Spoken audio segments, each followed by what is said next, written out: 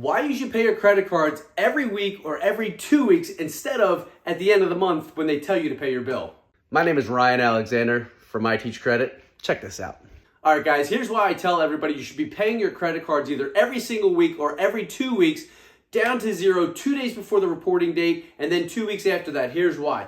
Most people, they get into credit card trouble because what they do is they spend for a month and then 15 days later, their bill is due. So that's now 45 days of spend. They look at the total balance on that day and they're like, whoa, that's a lot. So somewhere between their total balance and the minimum monthly payment, they'll make a payment. But the reality is this: if you pay your credit cards off every single week, treating them like a debit card, number one, you'll never miss a payment, because if you're paying every single week, you can't miss a payment. Number two, you're never going to pay interest. People think just by swiping a credit card that you're going to pay interest.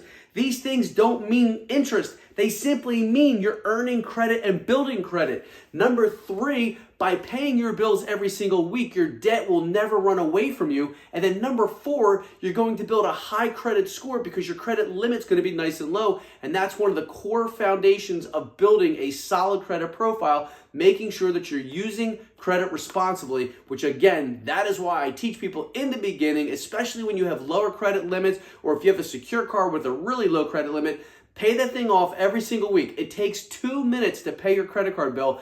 Pay it every single week. Watch them increase your credit limit, watch them increase your credit score, and then you'll have more offers for other credit opportunities, and they'll be throwing them at your fingertips. All right? Hopefully you guys learned something from this. If there's any questions on this, put those comments below. Otherwise, let me know if there's anything else I can help you with, and I'll put that in the next video.